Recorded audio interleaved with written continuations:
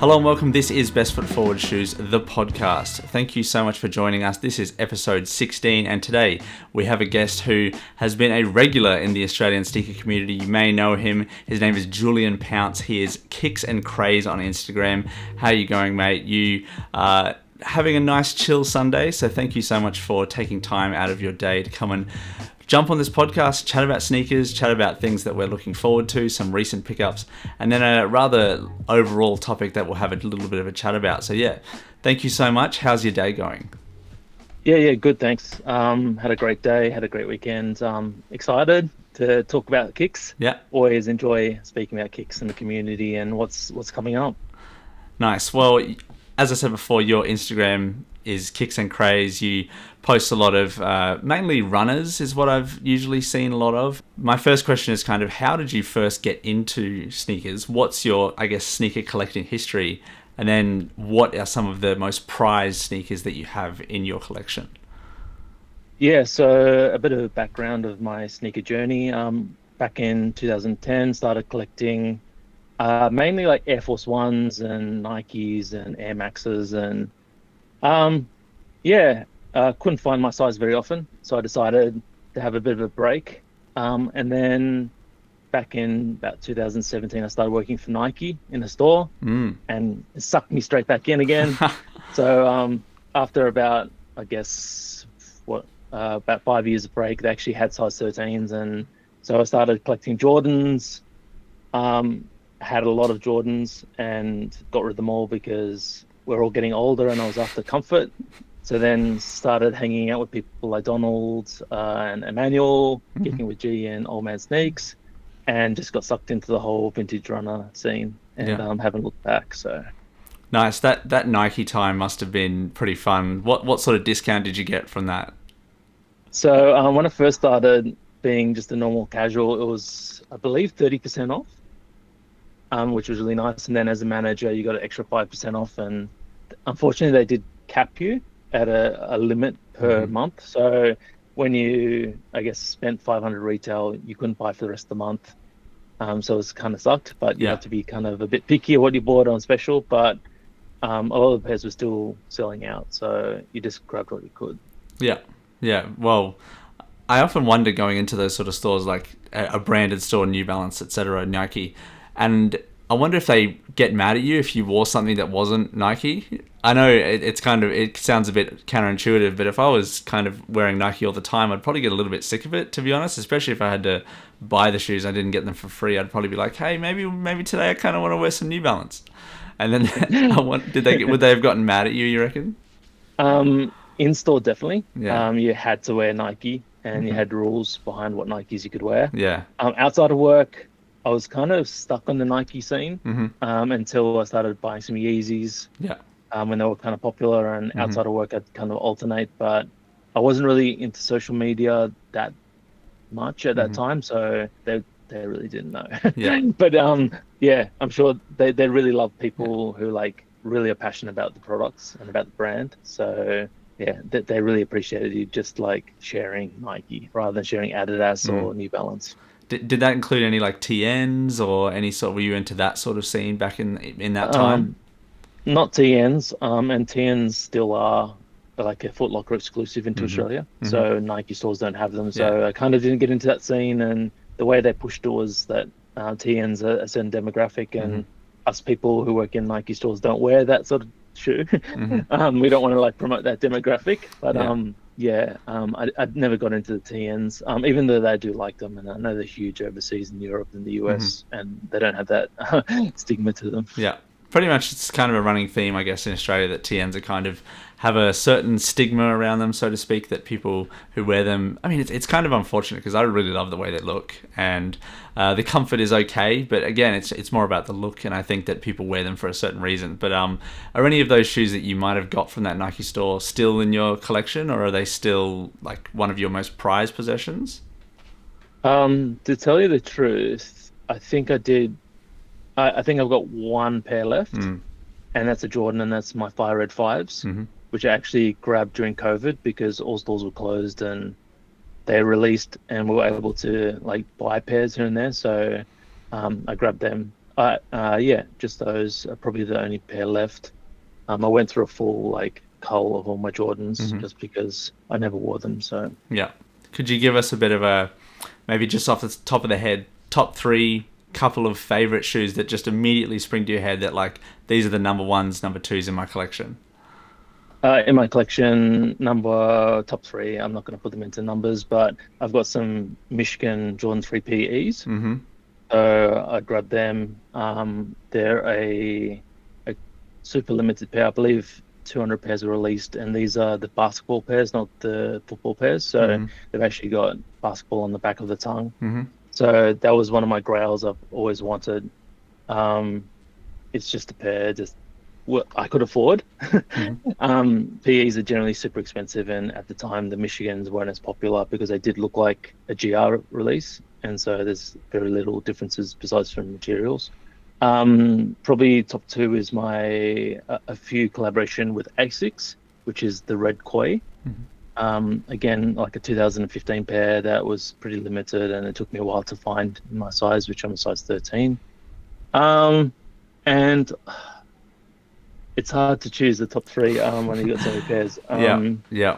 I'd probably say I've got the Elephant MX ones in the Jordan pack, so Nice. that big packet. So I have to say that's top three. It's kind of like people always do ask when they do find out that you are into shoes. They're like, well, what's your favorite shoe? And I'm like, no, you just don't, like, what are you doing? You just don't ask that. Like, that's just a silly question because it changes from day to day. And I guess my favorite shoe is the shoe that I don't have in some way. Like my most wanted shoe is the one that's coming up next somehow. Right. So I guess we can kind of transition from that to some of the sneakers that we have recently picked up, which I guess I'll quickly go first is the Travis Scott Field Jacks, which I haven't actually fully unds yet. I've worn around the house, but I haven't actually taken them outside. So you can see the soles are still very clean, but yeah, very comfortable, different sort of feel from a runner. It's not exactly a runner. I would call it more of a, it's almost like a lifestyle cleat, like football cleat type thing, but without the actual lugs on the bottom. So it does, this midsole Velcro strap thing kind of does add a little bit of extra lockdown. So that's very nice. So excited to wear those. It has been a little bit rainy in Brisbane, so don't really want to get them super dirty straight away. And then the other one I would probably say would be the loafer, which everyone's kind of been posting about and everything, and it seems like brown is the consensus winner out of the brown and black, so pretty happy that I chose the right one. So I mean, I'm kind of all about the brown sneakers as of late, so excited about that one. Another one that I might keep is this one, the 475 New Balance. I just got these just to basically just put up a review about them because I've been interested in this silhouette for a while. Very comfy, very, very comfy, but very thin is what I'll say. Like it kind of feels like you're not really wearing anything, to be honest. There's no padding. It's very thin tongue. It's very thin on the outsole.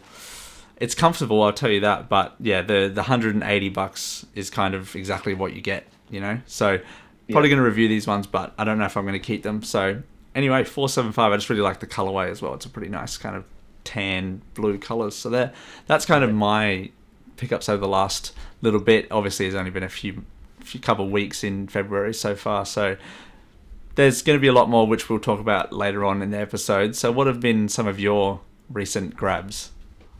So I've been trying to be pretty good lately. So I've got one on the way, which I might as well say what it is. It's a Sneaker Freaker collaboration with Puma. It's the Bloodbath Blaze of Glories. So they popped up on eBay for a really good price with a huge masses kind of special box. So they're on the way. I wish I had them for today, but I think they'll arrive tomorrow. The second pair is the Kobe Year of the Snake, Year of the Mamba. Comes with this dope carry bag, which I haven't had with any of my other Kobe's. Damn. Which is it's a nice little different. The paper has the nice like little gold Kobe's on it. And it's the eggplant version. Nice. So I was a bit skeptical, just because I thought it was a bit of a gimmick, but in hand they're really quite nice. Just nice materials. They actually did have nice quality control for a balling shoe. Just really nice colors, and you can kind of like maybe get away as like a Lakers color with the like yellow and purple. Mm-hmm. But yeah, just the snake embroidery is really nice over the swoosh. Yeah, it feels like they actually went to some effort for that pair. Yeah. And the other one is I posted today, which is the Earls GT 2160. Yeah. Took, when this first released, I didn't pay any attention to them. I was like, oh, I don't like a purple and green shoe. And then I saw them in my hand and I was really disappointed I didn't go for it. Pretty limited. I believe between like 500 to 1,000 pairs were released between Earls and Asics. Just really nice materials, just the thought behind the design, all the materials, just everything works together. And in hand, like the purple, it's like a purpley brown, but it's more brown. And we both like brown shoes.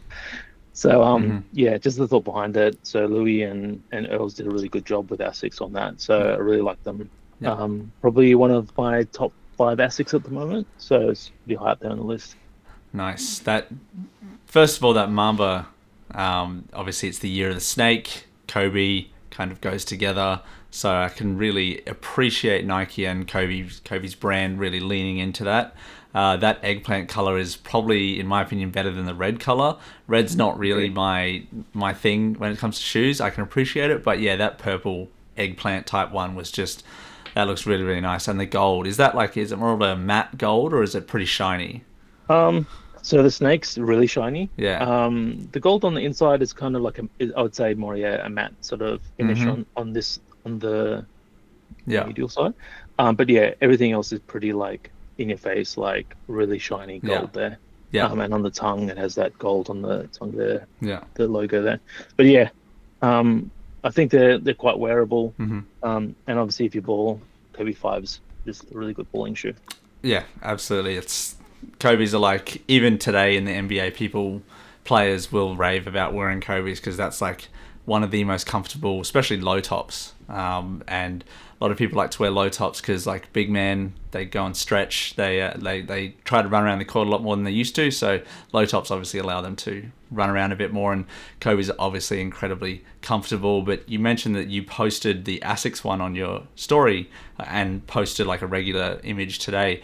How did you kind of think about starting to post? Like, were you a photographer before any sort of social media, or did you have a desire that you just didn't really know how to exercise yet? What was the kind of inspiration to try and make this happen? So yeah, I was into photography a while ago.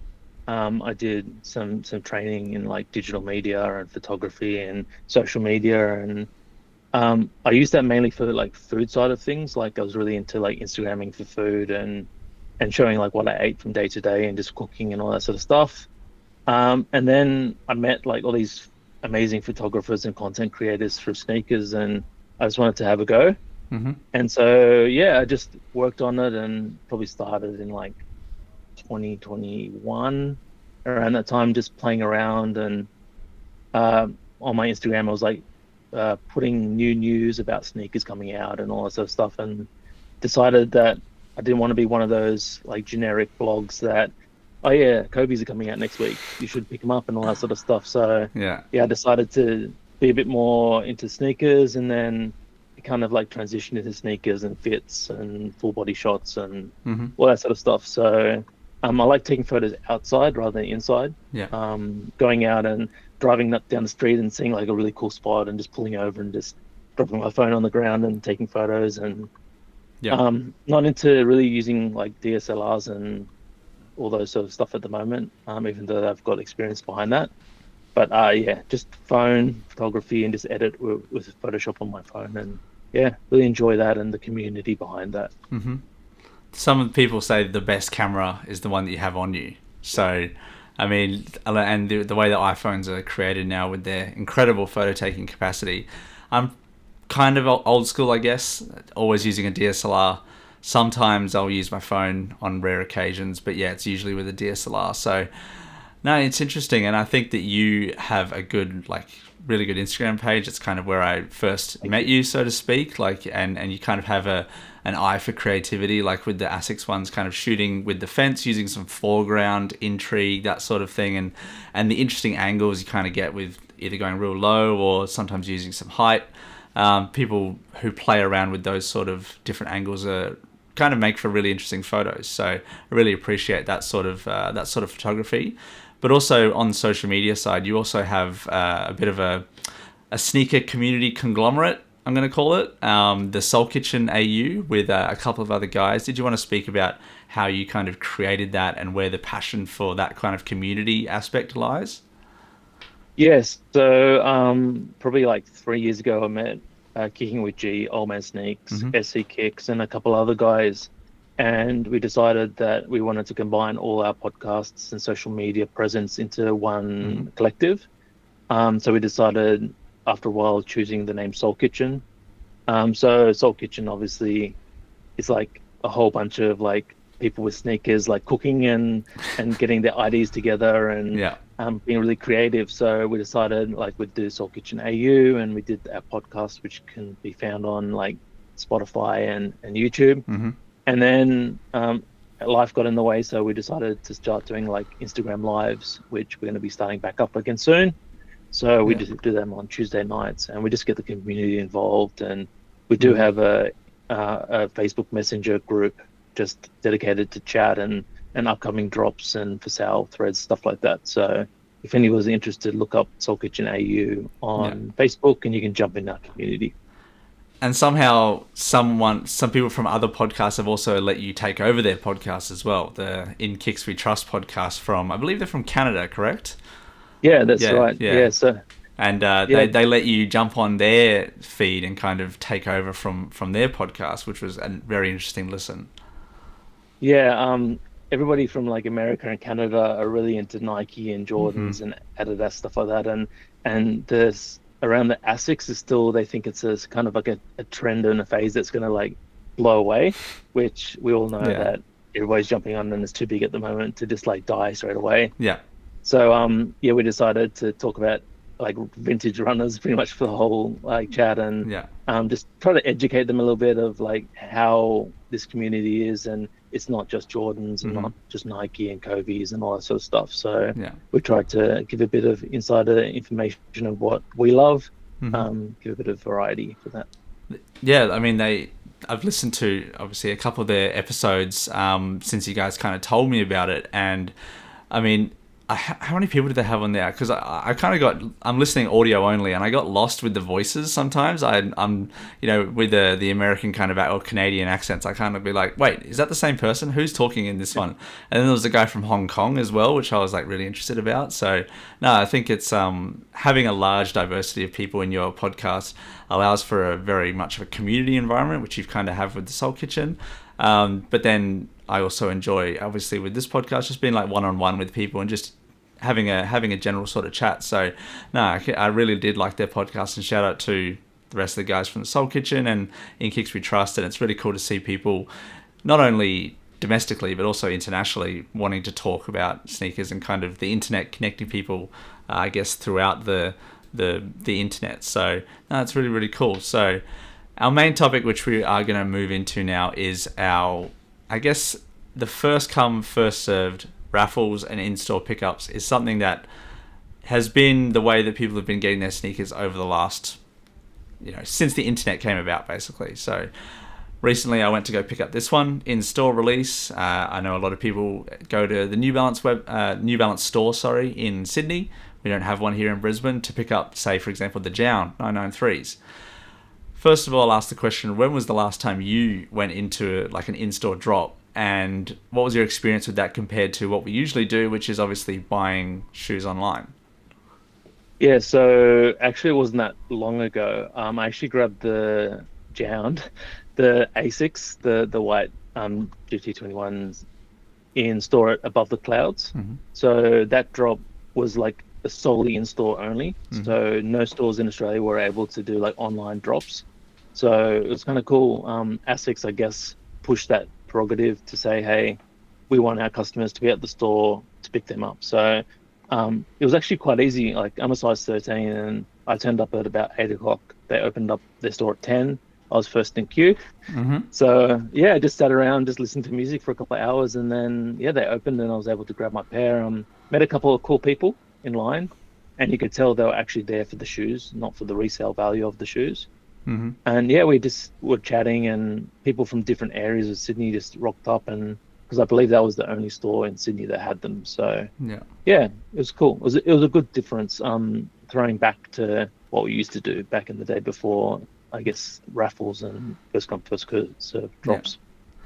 I guess that kind of it's a little bit of a segue into what we're going to talk about a little bit later, but the Bread 85s have had a few in-store releases, which I've seen in like Canada, and there was one in Germany as well, in one of the only 23 or so select US retailers that they're going to be dropping in.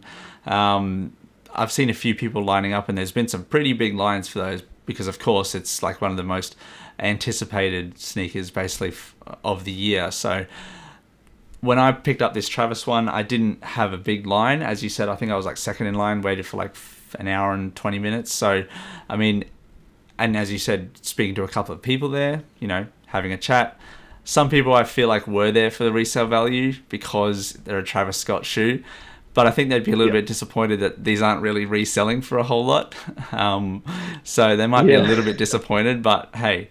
No, it was a fun time, and you know, making content about it was pretty fun as well. Why do you think that some brands or stores have decided to basically, I guess, try and increase their foot traffic into the store by doing some in-store releases rather than online? I kind of feel depending on the pair, but like I know the Kobe year of the Mamba, there's quite a lot of stock. I kind of feel they were trying to funnel people into the store to actually come and buy them. I feel that it's kind of a bad sort of representation of the brand if a shoe is sitting on the wall and it's a really hyped release, and you can just like buy them online and they sit online, and there's a lot of visibility to everybody to say, hey, these pairs aren't selling. And I feel like, especially for Nike, they're trying to really push their prerogative to build that hype back up and get people like to want to buy pairs so that they sell out straight away. Yeah. So I kind of feel they try to just get people into store. They're not advertising online anymore. So I kind of feel it's kind of better for the brands to do it in store. People hopefully will buy other things when they're in store at the same time. Yeah. So it kind of increases their sales per transaction sort of thing. I mean, you look at kind of the Bread 3, the Black Cement 3s. When was it? November. I feel like they sat for a long, long time in most stores, and it was like some people were very surprised as to why those. I mean, it was like the, I guess, 4th or 5th reissue of those. So some people still had their pairs already from 2018, and I guess it kind of shows a bit of a shift in the market, so to speak, from those. I mean, 3s are my favorite Jordans, and I love the 3s, but a lot of people were kind of moving towards those more comfy runners, so to speak. Like, I had to choose between buying those and a pair of Nike Shox because I was about to go on holiday and I wanted like a new pair, and I was like, well, the Shox are probably going to be a bit more comfortable because I'm going to be walking a whole bunch. I went to the Philippines for a couple of weeks, and I was like, kind of don't want to be wearing Jordan 3s for the whole time. So some people, I guess, are making that internal decision. And then also the cost of them, you know what I mean? Like, they were $300 for a pair of Jordans, which I can understand. The legacy, the brand is there. But people just, these days, don't have, with so many releases coming out, $300 for a pair of shoes is a lot, if you know what I mean. Yeah. Especially with the Bread coming up. I entered like on End in the UK, and I think they ended up being like $380 or $390 shipped if I won. And like Foot Patrol and also Size in the UK, they've got them, and it ends up being like $440 shipped for them. And yeah, people just don't have the money for that, and especially this month is like All-Star weekend, so you got multiple pairs dropping, and it means that if you want to grab 2 or 3 pairs, that's like easily like maybe $1,000, and people just don't want to spend that these days. Yeah, February is usually a pretty big month simply because of that NBA All-Star weekend. Just to diverge from that, I did see the Bricks and Wood that it's kind of been going around a little bit today. Bricks and Wood having like a All-Star inspired New Balance Fresh Foam BBV3 colorway.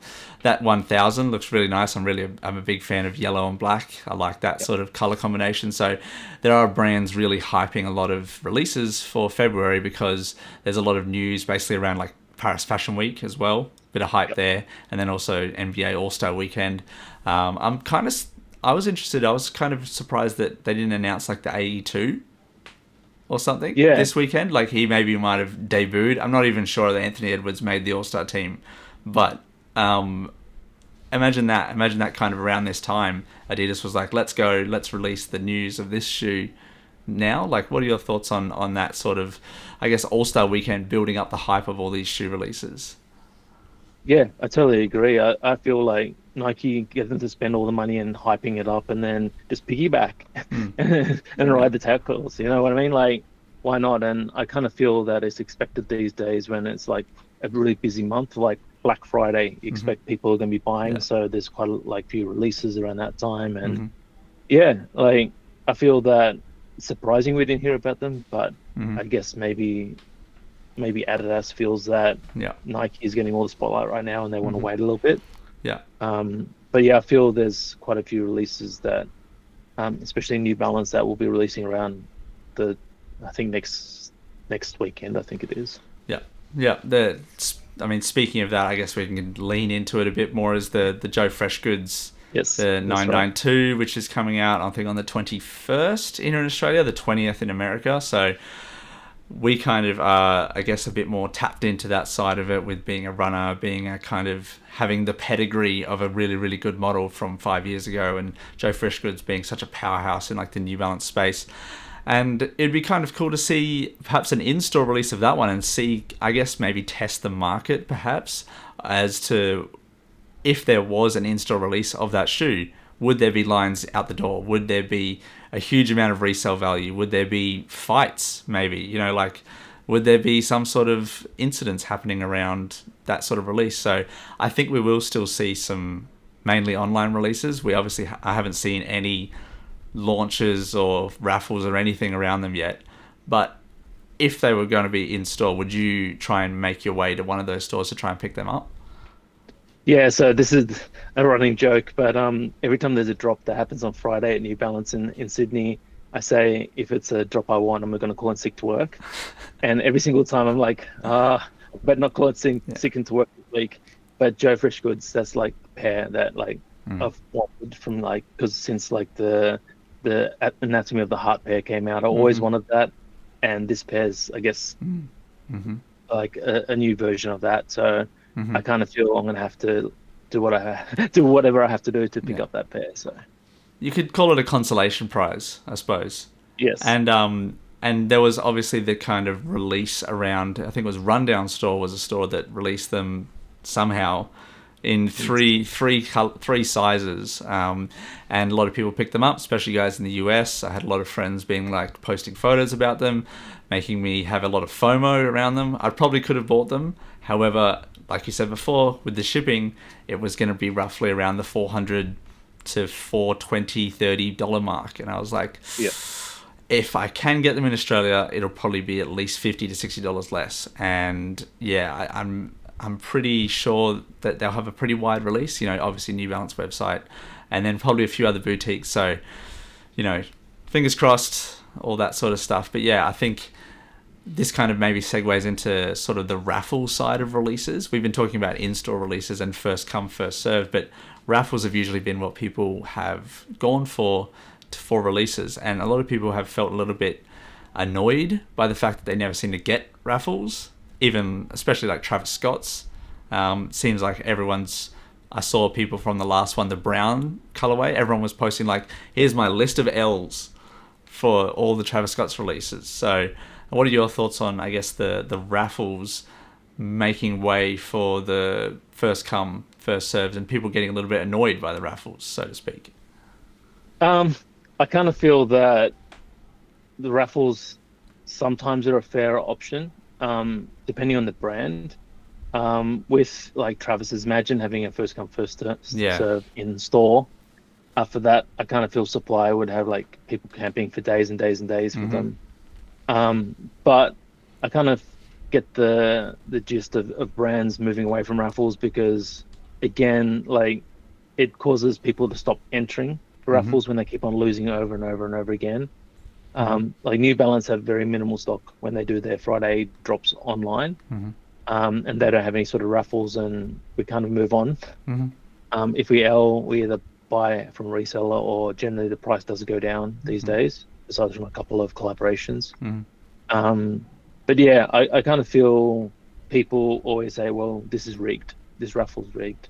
So like a pair, like they go, oh, all the pairs are being backdoored anyway, so this is just a fake thing, just to make the general public, like, I guess, happy to say, oh, I've actually had a chance to pick up these, but I took the L, so I'll try again later. I kind of feel that like the equal raffle system is the fairest thing at the moment. Yeah. And I have actually copped quite a few like decent SB dunks off that, and a couple of Kobe's. Actually, I have one off that, so I kind of feel that's kind of fair. But then I hear other people saying that they've like taken 30 like L's in a row, and they're only like a size 10. It's not even like they're size 14 or bigger, or like a really weird size. So yeah, I'm not sure how fair it is. If it's just a raffle system that picks a number rather than works out who's taking like L's and who's taking W's. Because I know I've won twice in a row, and I feel like their system shouldn't allow that.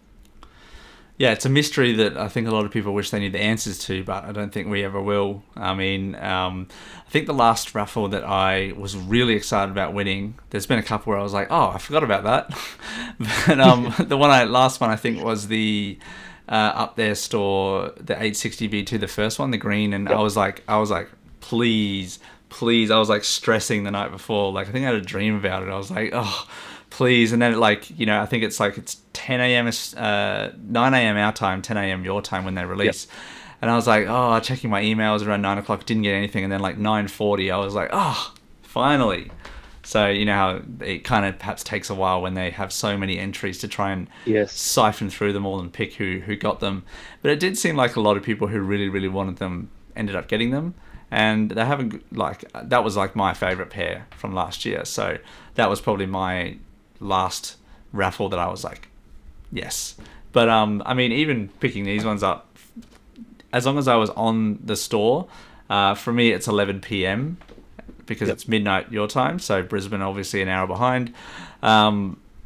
I kind of have a little bit of an advantage, so to speak. I'm not as tired as other people. So, you know, some people don't want to stay up till midnight. And I'm like, oh, sweet. So as long as daylight savings, I get an extra hour. But yeah, I tried to get them, I think, from Above the Clouds. They were sold out immediately. And then I jumped on Up There and grabbed them. And then like a minute later, I checked again and they were all sold out. So I guess there's a bit of a skill to that, and it kind of comes from, you got to have your account set up, you got to have your payment info ready, shipping and all that, because as soon as you delay in any of those type of things, it's like there's no chance, especially with those really big ones. Do you have any stories about perhaps you either waited in a queue forever? I always like hearing stories about people who had them in their cart, they're about to check them out, and then all of a sudden your computer crashed or caught on fire or something like that. Most recently, it's one of those ones that you're really excited to jump on. It was the Bodega Asics Kayano, I think they were. Kayano 20s, 20, the Friends and Family version. And it was like, I signed in and I was like in the queue, and it said, like, you got a minute to go. I'm like, sweet, I must be at the front. Went to check out and had my card details, hit like pay, and I was like, before I hit that pay, it was like, sorry, sold out. I was like, no.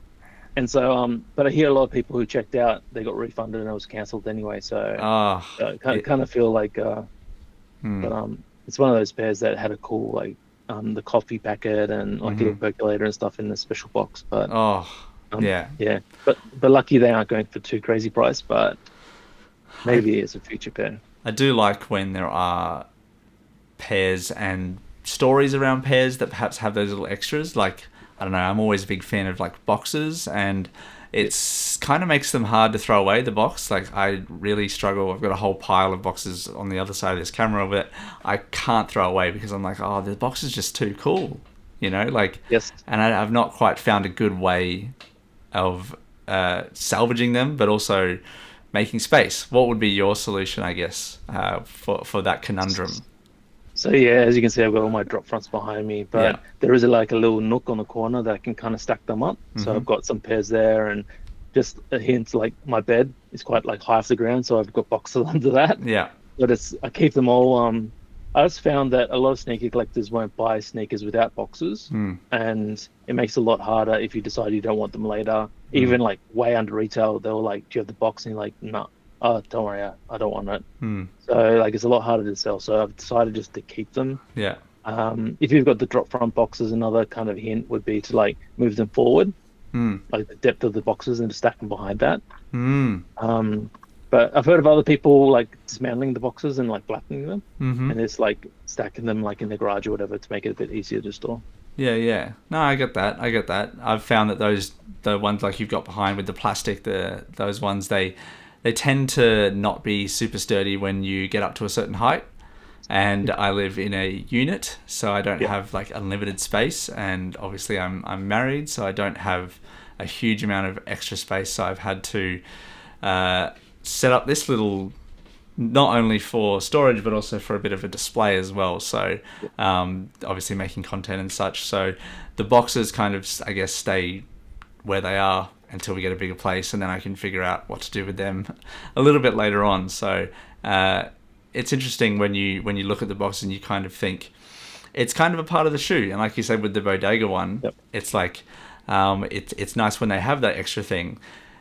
Do you ever get any sort of disappointment perhaps when it's a really, really good shoe and it's really, really hype, but you get a box that's just a grey New Balance box? Like, circling back to the up there store. Yeah. I was like, because every single other pair that I've had from up there has like some sort of like special box. Yeah. Like the Asics had the Kookaburra on it, or I've got the 2002R, which came in like a big white box with like all that sort of stuff, and it came in a special box as well, kind of around the box, which I kept. Yeah, I've still got that too. Yeah, and then the even the pink pair for up there, if people don't know, they were apparently like kind of like friends and family, but not friends and family, and they just came in a grey made in Asia box, and I was like, oh, that's super disappointing. Like, but I can see like they want to save money on the pairs and stuff like that, but sometimes you're really hoping for that special box, and they come in just a grey box. I mean, they came with a bunch of different laces and the whole lace shroud thing, so I mean, I can kind of understand, but yeah, there's certain pairs where I'm like, a little box would probably be kind of nice here, but then I guess it makes the decision easier to try and perhaps throw them away, especially if you know it's going to be one that you're not going to sell. Like I'm never going to sell those 860 V2s. So I know you're a little bit of an advocate for the Australian sneaker community, and so I wanted to ask you a little bit about some of your experiences with sneaker events around Australia. We talked about the Kingsland before, which is a publication that writes articles and has an online presence on Instagram and such, and some of the events that you have perhaps gone to overseas. We did speak about an overseas and Australian sort of online community, but did you want to chat about a little bit of those events which you have gone to and are hoping to go to this year? Yeah, so last year the Kickstand had pretty much a show in every single state in Australia. Yeah, I think they had actually 2 in Queensland. I had the Brisbane and Gold Coast, but it's just like a community-based show that Jay from the Kickstand runs with his crew, and it's just solely purpose is to get the community together. It's not to like make crazy amounts of money. It's just really to give away freebies from their sponsors like Indomie and Asics and a couple other brands like Stan Socks, and it's like a $10 entry fee, so you can just head in, which is like really cool. This year they'll be doing a couple of shows in Australia. I believe Brisbane, Sydney, Melbourne, and New Zealand. But yeah, so if you're in those areas, take a look. I believe it'll be closer to April and the second half of the year. Overseas, I've been lucky enough to travel last year. I went to Jakarta. So I went to Jakarta Sneaker Day, which is like, I'd say on par with SneakerCon.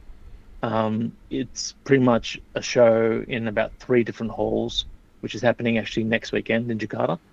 And every single brand and store has like a bespoke little, I guess, 3x3 booth that they've actually made a stand for. And last year they had like, so there was brands like Cosmonauts Streetwear, there was other clothing wear, like Asics was there. They have a theme every year, which is kind of cool. So that was huge. I believe they had about over 3 days, I think it was between 20 to 40,000 people turned up over those 3 days. So it's kind of a big thing, and there's some other shoes over there and in other countries that have bigger sort of turnouts. And also I went to Singapore for a show that was very similar to the Kingsland shows, which was called Soul Superior, which is like an independent sort of another little show which had local vendors who sold their own clothes, some like resellers who sold like sneakers. But it was a cool little event. You could buy like drinks and cocktails and just chill for the day. They had like kids like doing yo-yo competitions and all these different things, and it was really cool to check out these other, like, I guess, different communities that are so different to Australia, to see what they do and how they bring all the communities together. So that was really cool as well. You're speaking about other communities. I went, as I said before, I went to Philippines, and the sneaker kind of scene that I saw over there, especially seeing a couple of cousins who have interest in sneakers, well, cousins-in-law, etc., they say that the Philippines has a bit of a different culture than Australia, obviously, and they really, really value like Crocs, which was interesting. They value New Balance. They value ASICs a lot. They value on-running a ton. There's so much on-running shoes. Whether they're fake or not, I don't know. But, I mean, it's the Philippines. They have, a fairly large black market there. But anyway, the public perception of sneakers is kind of in a purely, I guess, functional way, which I found rather interesting. Like, in the Philippines, you got to walk a lot of places. There's not a huge amount of public transport. You got to walk and do all these things. So they prioritize that comfort. And as you said before, in America, they really prioritize, I guess, Nike and that kind of Jordan brand. And Australia, we have our own little thing. So what do you think combines and brings all these different cultures together, even if they might have different interests? Yeah, I think it's just like the people, and they have like a common interest. It's interesting, like the Asian countries I've been to, like they'll have people queuing up for like Nike marathon shoes because they want to wear them, and there's a resale value over there. But over here, people won't wear that. They'll be like, whoa, that's a crazy looking shoe. It's like got a massive stack height, and it's got like running heritage, and they're more towards the, I guess, lifestyle aesthetic. But yeah, I think it's just like there's certain people in the community who drive the community forward, and it's definitely not the resellers. So the people who try to drive and get everybody together, they kind of like know each other, and they kind of really collaborate and try to like build these like massive communities of like-minded people. I did find that Australians tend to, when I speak to people who aren't into sneakers, they're really kind of more about how things look, and even at the expense of comfort. And I keep saying them, you can look good and also be comfortable if you just let me tell you about some of these brands. But it's kind of in Australia, that quiet luxury, the minimal white leather sneakers is kind of the it shows that you've got money or you have some sort of sway. Whereas in other countries like Asia, if you have really flashy Gucci bags, if you have all this really loud colored sneakers and clothes, it's kind of that's the showing that you have money. I guess that's a cultural difference that I've seen.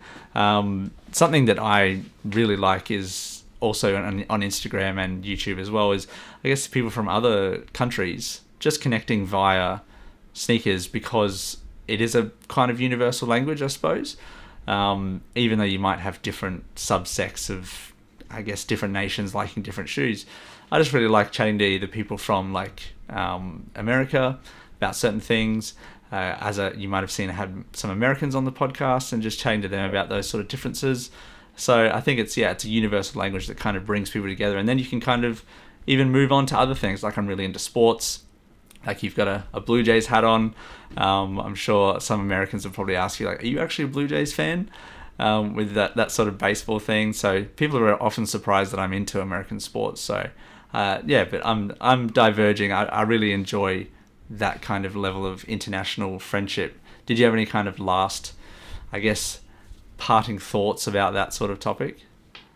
No, I just reckon, just if you can and you're in the area, go and check one of these local shows out. There are bigger ones like SneakerCon when they come around, and Sneakerland, but they're more so like a cash grab, and you can tell that they don't really, the shows aren't the same as they were in USA. or like Japan or some other bigger countries. So if in Australia, just go to the community events to start with and just say hello to people. And I'm sure people will talk back and have a chat. There's, I think the first one's in April in Melbourne. So Yeah. if you're around that area, take a look. Do you find it funny when you see some of those SneakerCon videos and it's like that girl walking around with the road mic chatting to like 14-year-olds about, oh, what's your favorite sneaker? And they're like, oh, these Travises, and then what's your least favorite sneaker? Oh, Panda Dunks. Panda Dunks. And I'm like, these kids, man. Always. Yeah, and it's like Panda Dunks, like the construction's pretty bad, but they're going by hype. Like they're actually a good looking shoe, like just black and white. They're easy to wear. Like wear what you like. Don't wear what everybody else thinks. So that's always my philosophy. I mean, if I listened to everyone else, I wouldn't have this shoe. If I listened to like 50% of the sneaker community or like 99% of my friends or family, I wouldn't have them and wear them. So, but I keep telling people, like, watch out. In like 5-6 months, everyone's going to be wanting to wear those. So, yeah. And other brands have similar things coming out. Other brands will have that. Yeah, other brands will definitely kind of follow that trend because brands often copycat, like we've seen before. So I guess we can kind of segue into our last, I guess, topic is the kind of upcoming shoes that we're looking forward to. We've kind of spoken already about the Bread 85s, the Black Toes, the Joe Freshgoods 992s. Are there any other shoes that you're kind of looking forward to within either February or even further on into March and May? Yeah, I've got a list actually because I always have a list of pairs upcoming, but probably like my most exciting ones that I'm going to try to go for. I really like I don't know if you've seen it, but the Kith Spring 992s.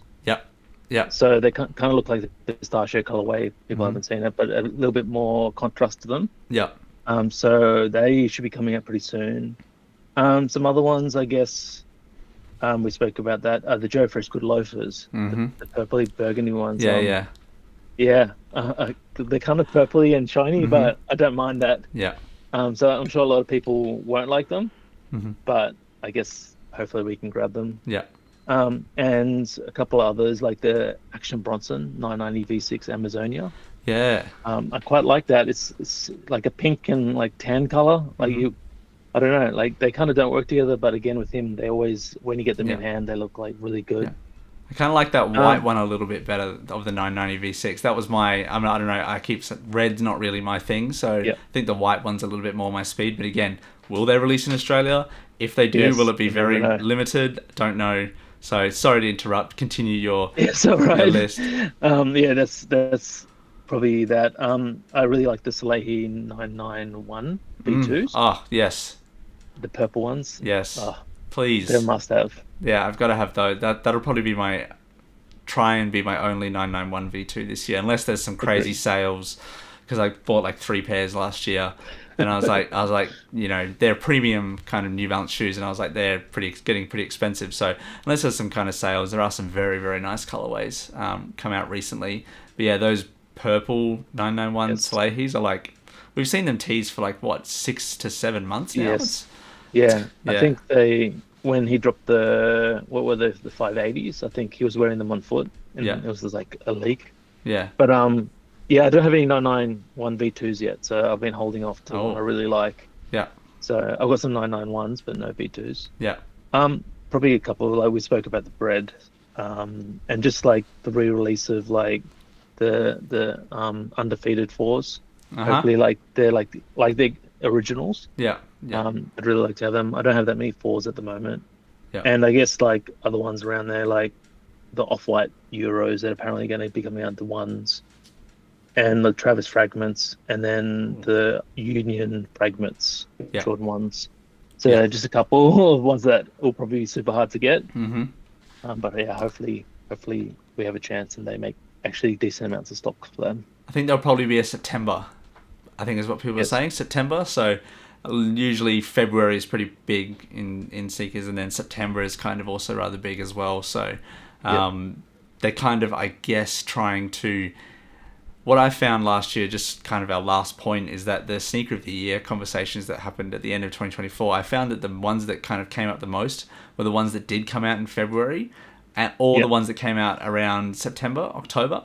So they're kind of hitting that either earlier in the year and letting people build the hype around them and seeing where that takes it, or trying to get the recency bias where the September, October, and people have still got them fresh in their mind when they're thinking about these kind of lists. So I think it'll follow that same trend where you'll have some September releases like these Travis fragments, which I think are really, really nice. Of course, some people will hate on it's just a boring reverse swoosh, but I like that he's kind of moved away from a brown color, I suppose. I like blue. Agree. I like blue. The blue and white looks really, really nice. So you can definitely expect those to be pretty hard to get.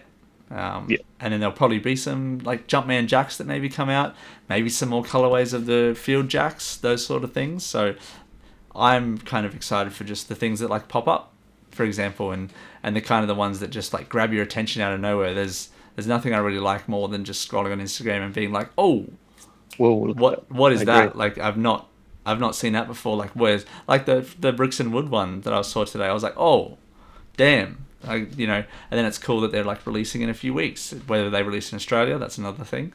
Yeah, it's exciting to see those kind of releases. And of course, I will have put pictures up already so people can kind of follow along with these. And then if there is any raffles for these shoes that we've spoken about, I'll put them in the description below as well, so everyone can kind of check those out and throw your hand in the ring, which I'm sure I'll be doing as well when it comes to it.